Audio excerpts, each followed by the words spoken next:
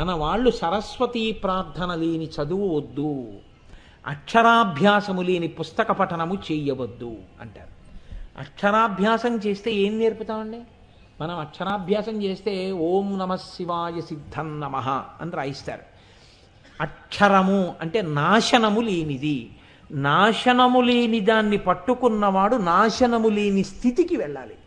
దానికి నాకు శివానుగ్రహము కలుగుగాక, ఇది మొట్టమొదట రాయిస్తారు.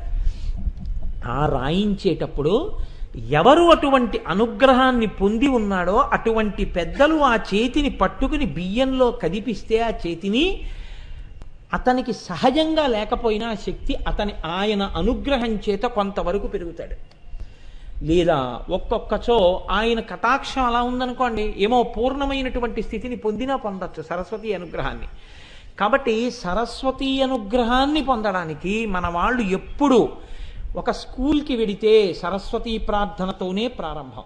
ఇవాళ మన దౌర్భాగ్యం ఏమిటంటే సరస్వతీ ప్రార్థన చేయకూడదు. ఎందుకంటే మనది మత ప్రసక్తి లేని లౌకిక రాజ్యం అని ఒక ముసుగు. కాబట్టి సరస్వతీ ప్రార్థన చేయకూడదు. సరస్వతీ ప్రార్థన చెయ్యని చదువు చదివితే ఏమవుతాడు? 6 నెలల్లో కూలిపోయే బ్రిడ్జి కడతాడు. వాడు బీటెక్ కాడని మీరు అనుకుంటున్నారా? బీటెక్కే. బ్రిడ్జి కూలిపోతుంది, ఈయనకి 20 ఫ్లాట్లు కొంటాడు. ఇప్పుడు ఏమైంది? సర్వే వేద విదాశురా సర్వే లోకహితే రతా సర్వే జ్ఞానోపసంపన్నా సర్వే సముదితా గుణై. గుణము శీలము లేని చదువై కూర్చుంటుంది. గుణము శీలము లేని చదువంత ప్రమాదకరము లోకమునందు ఇంకొకటి లేదు. మీరు బాగా జ్ఞాపకం పెట్టుకోండి. శరీర బలము కలిగినటువంటి ఒకడు దుర్మార్గుడైతే వాడి వల్ల వచ్చేటటువంటి ప్రమాదము కొంతవరకు మాత్రమే. వాడు ఒక్క స్థాయిలో తప్ప అంతకన్నా వాడేం చేయలేడు. మహాజ్ఞాని అయినటువంటి వాడికి ప్రమాదకరమైన ఆలోచన వచ్చిందనుకోండి, వాడి శరీరం వెళ్ళిపోతుందేమో కానీ వాడు కొన్ని కోట్ల మంది జీవితాల్ని ప్రశ్నార్థకం చేస్తాడు. ఆటం బాంబు కనిపెట్టిన వాడు తెలివి తక్కువ వాడు కాడు, కానీ వాడి తెలివితేటలు కొన్ని కోట్ల మంది జీవితాల్ని ప్రశ్నార్థకం చేస్తూనే ఉంటాయి. పెన్సిలిన్ కనిపెట్టిన వాడు తెలివి తక్కువ వాడు కాడు. పెన్సిలిన్ కనిపెట్టిన వాడి యొక్క అనుగ్రహం వల్ల కొన్ని కోట్ల మంది జీవితానికి ఉపశాంతి కలుగుతోంది. అందుకే పోతన గారు అంటారు, జ్ఞాన కలునిలోని శారదయువోలే. జ్ఞాన కలుడు రావాడు, వాడి యందు శారద ఉన్నా అది ఉపయోగపడదు. ఉపయోగపడని చదువుగా నీ యందు చదువు ఉండకూడదు. Saraswati is that which flows. బాగా జ్ఞానమున్నవాడికి ఉండవలసిన మొట్టమొదటి లక్షణం ఏమిటో తెలుసా అండి? మేఘంలా ఉండాలి. తన యందున్న జ్ఞానాన్ని దాచుకోవడానికి గుండెలు పట్టకూడదు. ఇది ఎలా వర్షించేద్దాం, మనకి తెలుసున్నది ఎలా చెప్పేద్దాం అని తాపత్రయపడాలి. తాపత్రయపడి వెళ్ళి చెప్పాలి. మీరు అందుకే చూడండి, మహాత్ములైన వారందరూ కూడా, సమున్నత స్థాయికి వెళ్ళిపోయిన వాళ్ళందరూ కూడా ఒక టీచర్గా రాణించాలని కోరుకుంటారు. బాలగంగాధర తిలక్ అంతే, రవీంద్రనాథ్ ఠాగోర్ అంతే, ఇవాల్టి రోజున ఏపీజే అబ్దుల్ కలాం గారు అంతే. పనికి మాలిన వాళ్ళు మాత్రం ఒంటికి 85 ఏళ్ళు వచ్చినా గవర్నర్ పోస్టు, ఏదో సంస్థకి chairman post, cabinet minister post, రాష్ట్రపతి పోస్టు అవే కావాలి. వాడికి ఏమైనా ఉంటే కదా లోపల సత్తా. కింద సెక్రటరీలు ఉంటారు, వాళ్ళు చేస్తే సంతకం పెట్టి భోగాలు అనుభవించడానికి పనికొస్తాయి. తనలో ఉన్న దాన్ని దాచుకోలేక చల్లుదాం అనుకున్న వాడికి ఇంకొకసారి రాష్ట్రపతిని ఇస్తానన్నవాడు గుచ్చుకోడు. వాడు టీచర్గా ఉండి 10 చోట్లకి వెళ్ళి పాఠాలు చెప్తానంటాడు.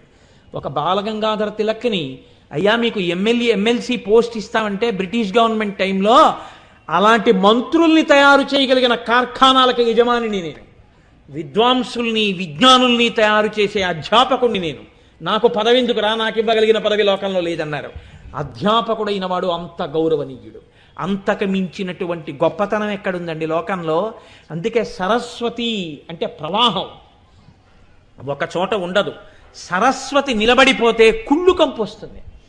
సరస్వతి కానీ లోపల ఉండిపోయింది అనుకోండి, వాడు పనికిరాడు. సరస్వతి విద్యాధనం సర్వధన ప్రధానం యయే కృతే వర్ధతయే వనిత్యం నచోరహార్యం నభ్రాతు భాజ్యం నచ భారకారి.